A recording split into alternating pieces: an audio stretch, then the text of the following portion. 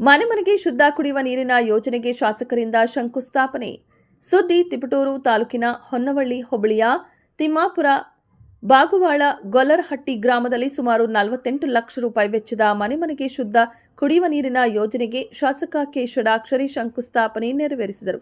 ಕಾರ್ಯಕ್ರಮದಲ್ಲಿ ಗ್ರಾಮ ಪಂಚಾಯತ್ ಅಧ್ಯಕ್ಷ ಪ್ರಸನ್ನಕುಮಾರ್, ಗ್ರಾಮ ಪಂಚಾಯತ್ ಸದಸ್ಯರಾದ ತಿಮ್ಲಾಪುರ ಟಿಆರ್ ಪ್ರಭುಸ್ವಾಮಿ, ಮುಖಂಡರಾದ ಲೋಕೇಶ್, ರಂಗಸ್ವಾಮಿ, ಚೇತನ್, ಶ್ರೀನಿವಾಸ್, ನಿವೃತ್ತ ಬೆಸ್ಕಾಂ ಅಧಿಕಾರಿ ತೇಜ ಮೂರ್ತಿ, ರವೀಶ್, ರಮೇಶ್, ಕಾಂಗ್ರೆಸ್ ಮುಖಂಡ Gudigondanahalli Sunil, Nyakenahalli Suresh, Basavaraj, Vasudevarahalli, engineer Nagendrappa, contractor Chetan Kumar, PDO Bharat, Timmalapura ಗ್ರಾಮದ ನಟರಾಜ್, ಜಗದೀಶ್, ವಾಸಯ್ಯ ಸೇರಿದಂತೆ ಮತ್ತಿತರರು ಇದ್ದರು.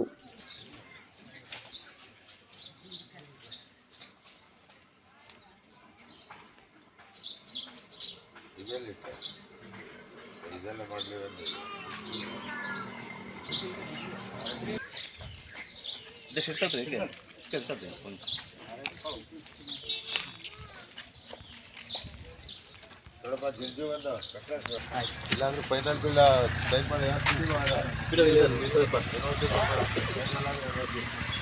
ಒಂದು ತೋಟಕ್ಕೆ ಹಾಕಿದ್ದೀವಿ. ಅಂದರೆ ಅಲ್ಲೇ ಮನೆ ಮನೆಗೆ ನಲ್ಲಿ ಮುಖಾಂತರ ಶುದ್ಧ ಕುಡಿಯೋ ನೀರಿನ ಯೋಜನೆ.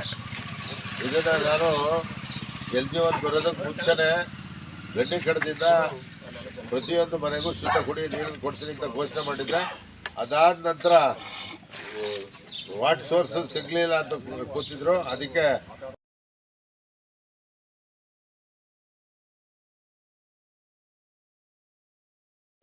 ಪ್ರತಿಯೊಂದು ಮನೆಗೂ ನಲ್ಲಿ ಮುಖಾಂತರ ನೀರು ಕೊಡ್ತಕ್ಕಂಥದ್ದು ತಿರುಗಿಸಿದ್ರೆ ಆಯ್ತು, ನಲ್ಲಿನ ನೀರು ಬರುತ್ತೆ.